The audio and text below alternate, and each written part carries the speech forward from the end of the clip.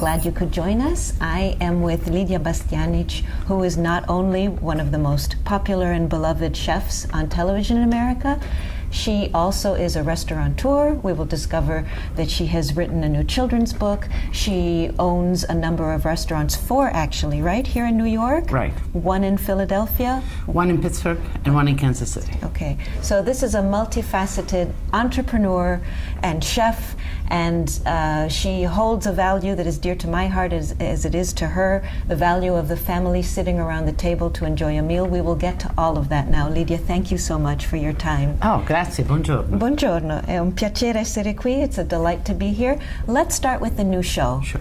What do you want to offer viewers with this new show that is different from Lidia's Eataly, which has been on the air previously? It's Lidia's Italy in America. So through my previous books and my shows, I have taken the viewer to Italy, to the nuances of the regions of Italy, to the products, to the festivities. So, and they loved that. The viewers loved coming with me. It was a treat of a trip. But also I left with them recipes that could actually bring the flavors of those places that I show them, and they cook them and they love them.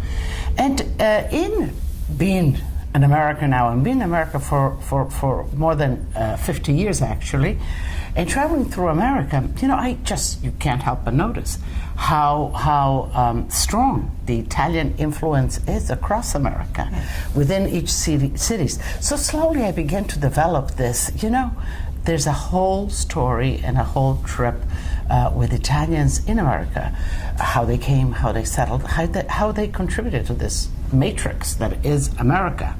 And what I do best is I do it through food. So it is the trip of and following the Italian immigrant. They're settling through America, and the culture that they brought with them, that they kind of combined in the American, but that they also really chose to continue a specific culture of their roots, the Italian food, the Italian recipes. And that's what my next series is all about, going to those places, talking to those people, 3, 4, 5 generation Italian Americans, and talking to young Americans, and how much they love Italian flavors and Italian culture. So it was a wonderful trip, and I hope to take my viewers with. How marvelous. I am the daughter of Italian immigrants, and we grew up and we only ate Italian food at home. Outside we would go to all sorts of restaurants, but there was something sacred about keeping those traditions, keeping the language and keeping the and I'm sure that you have specific recipes that really signify or represent your family, absolutely, your grandmother. And I was so amazed to find that exists across America and the Italian-American community. Absolutely. The only thing that's different is that my grandmother would buy the chicken live, have to kill it, pluck it, and she'd call me in when I was little and show me how to clean the inside. I'm glad I don't have to show my daughter that today. But for you, that's really meaningful because you got connected. You see, I think part of the problem of today is obesity and all of this food is precisely that. There's not a connection direct to food, to understanding how food is produced. Right. Certainly, you know, I grew up in that setting, and I'm delighted to hear that you, first generation here, grandma kind of transported you. So that experience is very important in how you approach food and pass it on. Breaking the boundaries from the mainstream to the unreported world. They are themselves cameramen. Every day they're determined to document what's happening in this city. Balanced, in-depth reporting. So the question is, are you anti-Semitic? And documentaries that will open your eyes. Al Jazeera is journalism without frontiers. So this is what's raining down on Italy right now.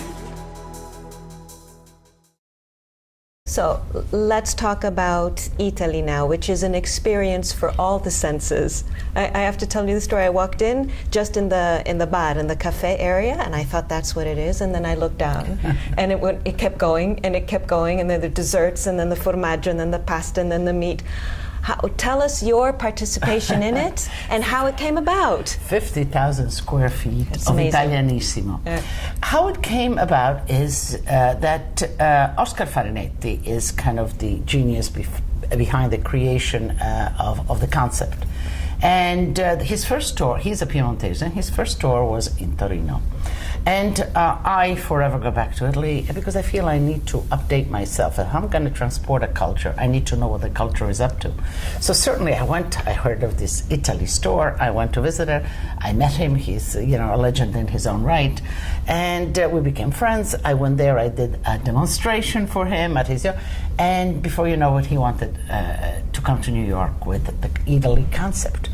And I could just see it. New York was the place for it. Right. I gathered my son Joseph Bastianich and Mario Batali, who we are partners in a lot of the restaurants, and it's my family.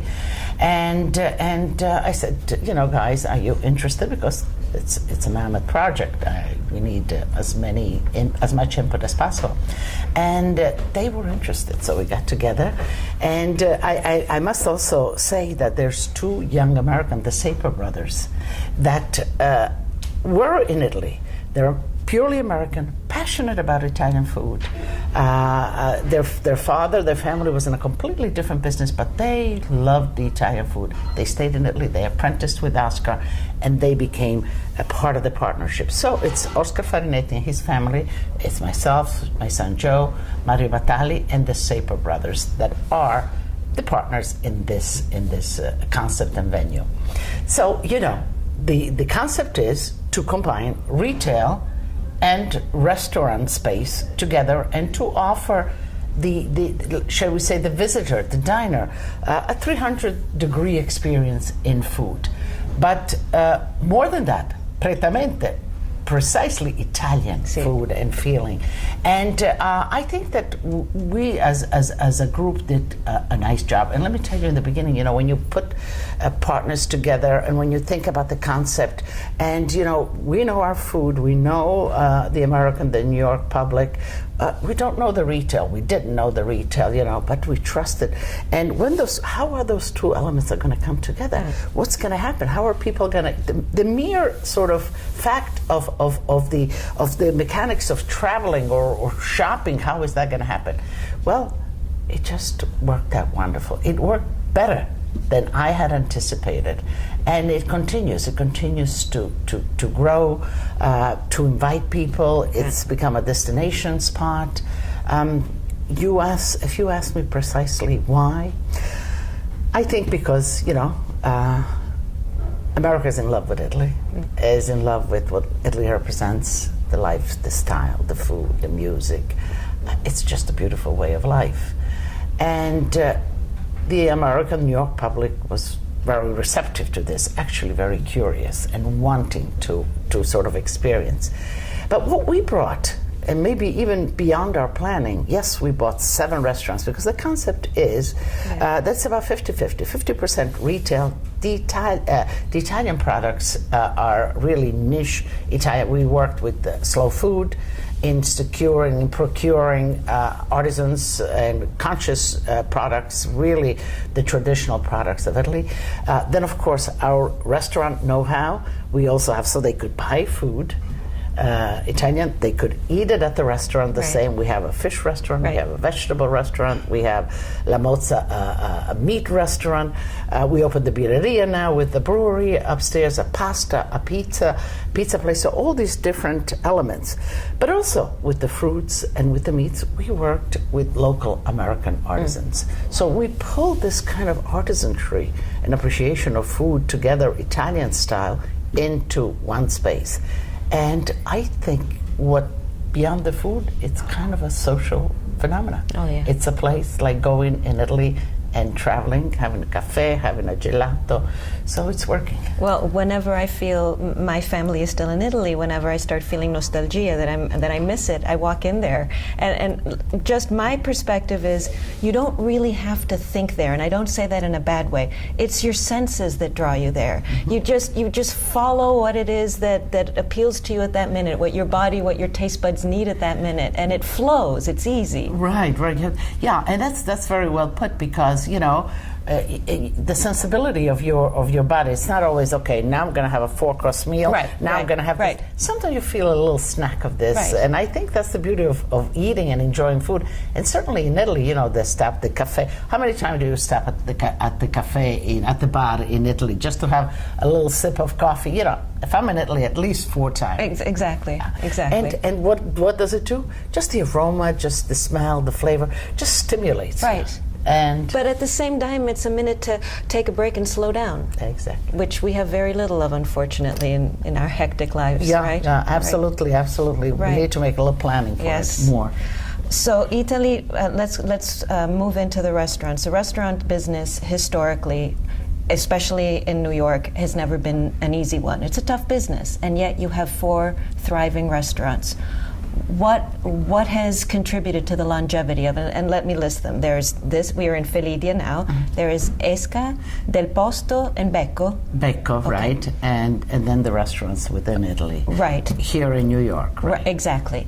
What has been, not to divulge your secrets to competitors, but something is working well. Actually, I love to share this. Really, I think if a job is well done, there's always room. The competition is irrelevant. New York is just a great city. It's a city, I would say, unique. It is in America, but it's a city all its own. And the opportunities here are just tremendous. The restaurant business is one of the toughest business. But I'm in it since 1971, so that's 40 years. And I started in it, there was a passion always for food within me.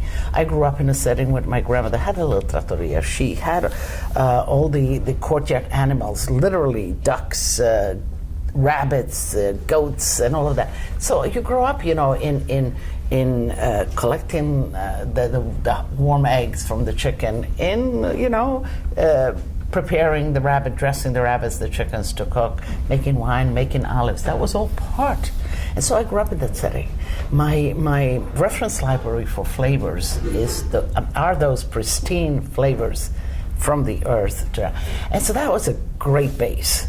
Then when we came here as immigrants, I came here at 12, so therefore, high school, college. My interest was basically in sciences. I didn't know, but I always supplemented. And I working, tried to make a little money to help the immigrant family, to help to pay for my school by working, and inevitably ended up working in pastry shops, in restaurants, as waitress, as sales girl. But I ended up always in the back, actually cooking when there was somebody missing. And I realized that I had a facility that I loved cooking, and that people loved what I cooked. And so, a sort of positive reinforcement kind of gets you. And then I did meet my husband, who was in this industry, and that's how I got pulled in the industry. We married, and he opened a restaurant. And I started, not as a chef, because I wasn't a chef, and I was rather young, as a sous chef to a chef. And then I really blossomed. And when we opened Lidia in 1981, I became the chef. And what did I do different, maybe? Because in those first restaurants was the Italian-American food. And by all means, the Italian-American food is valiant food. It's delicious food. It's still appreciated very much, but it does not represent the reality of what's eaten in Italy. Right. And so when I opened my restaurant, I cooked what we cooked at home. I made polenta, I made risottos, I made guazzettos, and all of this, the press picked it up. And not really planning on thinking, I focused on regional cuisine because that's what I knew best. That's what we ate, and it became evident that was the way to go, that is what people wanted, and I continued, and it was a success all along. I still am credited with being one of the first of the regional cuisines in cooking, the regional Italian cuisines. But having said all of that, you need to put a good product. Yes. It's always a consciousness to preparation, to products, to freshness. Yeah.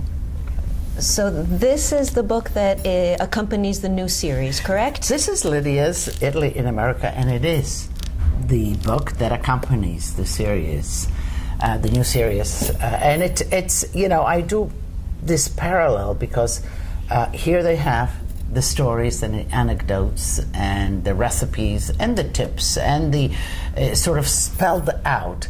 And then watching me on television, they get the technique, they get the feelings, they get more tips. And so the two collaborate very well, they work very well. It's kind of taking the viewer by hand and leading them into a successful production or duplication of a recipe or a flavor. And I have to say, my grandmother, rest her soul, will be very disappointed because I did not inherit her talent in the kitchen. However, you are not intimidating. It's easy to follow.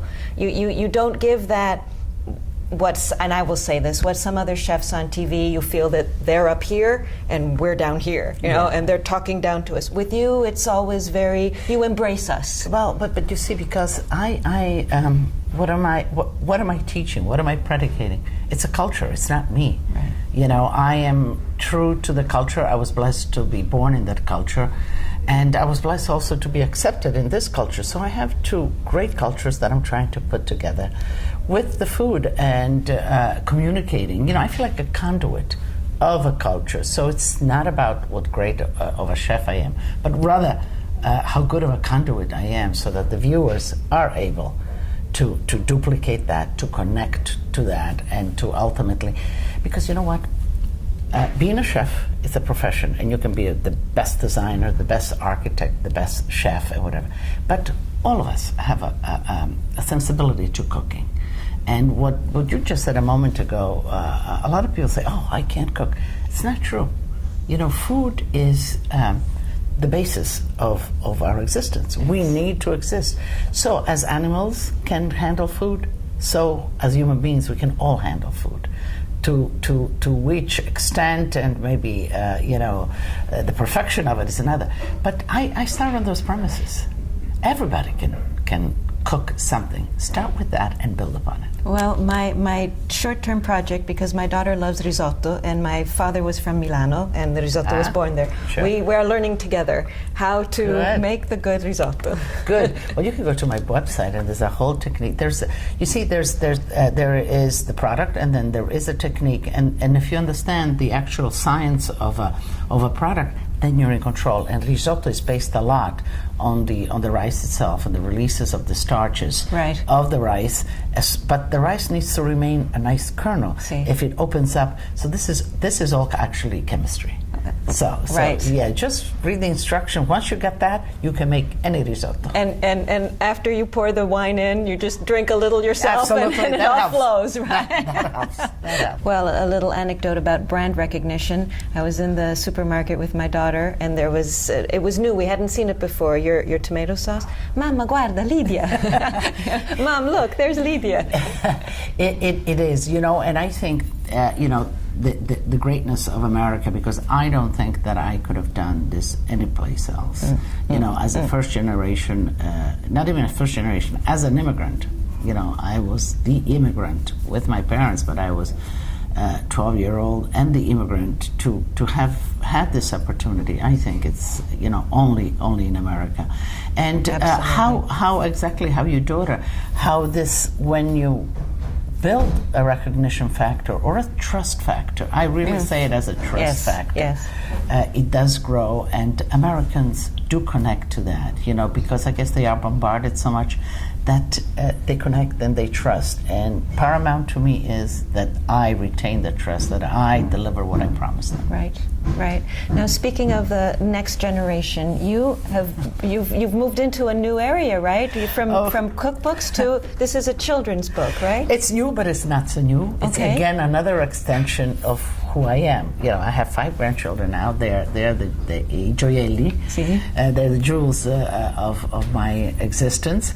And, I have them. Now, my mother also, who's 91, she lives with me. So, we have the Italian kind of, transgenerational, 4 generations getting together. And we do a lot of, especially the holidays, cooking, and the kids come, and we need to have their favorites, whatever they want, in a sense, kind of, La Nonna plays a little bit of favoritism, if you will. But we're entitled. Of course. You wouldn't know, but when you get there, we're entitled. Is it true that being a grandmother is much better than being a mother? Much better. Oh, absolutely. It is just the rewards of kind of, raising children and working, whatever. But I tell them stories. We would get, when they come over and they kind of sleepover is the big thing. We all pile in bed. Nonna, tell me a story when you were a little girl. Oh. And so the stories go. And so I said, well, I need to put this down because there was, for them, and maybe to share, since I am connecting with adults and families, and I'm connecting so much with my grandchildren. That's the important time that we develop our cognizance to food, to flavor. Sure. I says, I want to share with those young minds what I share with I want to extend this grandma a little bit further with her.